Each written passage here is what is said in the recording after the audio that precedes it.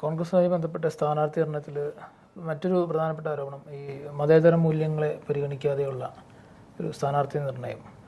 പലപ്പോഴും നമ്മൾ കാണാറുണ്ട് സാമുദായിക സമവാക്യങ്ങളൊക്കെ പൊരുത്തപ്പെട്ടു പോകുവാൻ എന്ന ഒരു കാരണം പറഞ്ഞുകൊണ്ട് ഒരു ലിസ്റ്റാണ് തയ്യാറായതെന്നാണ് പൊതുവെ ഉയർന്നു വരുന്ന ഒരു അതിൽ തന്നെ ഇപ്പോൾ മുസ്ലിം ലീഗിന് അർഹിക്കുന്ന ആ ഒരു പാർട്ടി എന്ന രീതിയിൽ മുസ്ലിം ലീഗിന് അർഹിക്കുന്ന സീറ്റുകൾ ലഭിക്കുന്നുണ്ട്.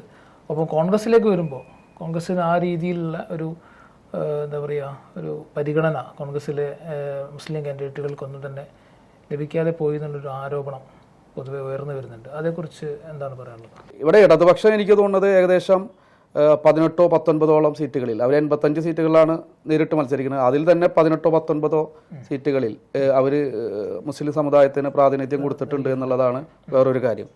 ശതമാനം നോക്കിക്കഴിഞ്ഞാൽ ഏകദേശം കോൺഗ്രസ് കൊടുത്തിരിക്കുന്നതിൻ്റെ ഇരട്ടി, ഏകദേശം 24% മുസ്ലിം സ്ഥാനാർത്ഥികളാണ് ഇടതുപക്ഷത്ത് നിന്നുള്ളത്. അതായത് communist Marxist party of India എന്ന് പറയുന്ന CPM-നകത്ത് വരുന്നത്.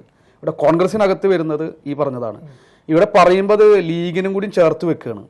ലീഗ് എന്ന് പറയുന്ന ഒരു സെപ്പറേറ്റ് രാഷ്ട്രീയ പാർട്ടിയാണ്. ലീഗ് രാഷ്ട്രീയ പാർട്ടി സെപ്പറേറ്റ് ആണ്, കോൺഗ്രസ് വേറൊരു പാർട്ടിയാണ്. ലീഗിന് കൊടുത്തു എന്നതിൻ്റെ പേരിൽ ലീഗിൻ്റെ സ്ഥാനാർത്ഥികൾ മുഴുവനും മുസ്ലിങ്ങളാണ് എന്നതിൻ്റെ പേരിൽ കോൺഗ്രസിനകത്തെ മുസ്ലിം ആളുകളെ പരിഗണിക്കാതിരിക്കുന്നതിൻ്റെ ന്യായം എന്താണ് എന്ന് എനിക്ക് മനസ്സിലാകുന്നില്ല. അത് ഒരു ഭാഗത്ത് മതേതരത്വം പറയുകയും ഒരു ഭാഗത്ത് ഞങ്ങൾ മുസ്ലിം സംരക്ഷകരാണ് എന്ന് പറയുകയും ചെയ്യുമ്പോൾ തന്നെ അവരെ പരിഗണിക്കുന്നില്ല എന്നുള്ളത് ഇന്ന് ഈ സ്ഥാനാർത്ഥി നിർണയത്തിന് മാത്രമല്ല, കാലങ്ങളായി അങ്ങനെ ഒരു ഇത് കാണുന്നുണ്ട്. ഇപ്പോൾ കഴിഞ്ഞ പാർലമെൻറ്റ് തെരഞ്ഞെടുപ്പിൽ തന്നെ നോക്കൂ, പാർലമെൻറ്റ് തെരഞ്ഞെടുപ്പിൽ എത്ര പേർക്ക് മുസ്ലിം സീറ്റ് ആളുകൾക്ക്, ഇപ്പോൾ വയനാട് പോലെ, അപ്പോൾ വയനാട്ടിൽ നിന്ന് പ്രിയങ്ക ഗാന്ധിനെ കൊണ്ടുവരുന്നു.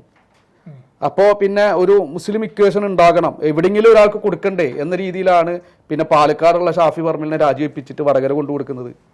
മനസ്സിലായില്ലേ? ആ രീതിയിൽ ഒരു ചെരുപ്പിന് ഒത്ത് കാലിനെ മുറിക്കുക എന്ന ഒരു സിസ്റ്റമാണ് കോൺഗ്രസ് കഴിഞ്ഞ കുറേ കാലങ്ങളായിട്ട് ചെയ്തു വരുന്നത്.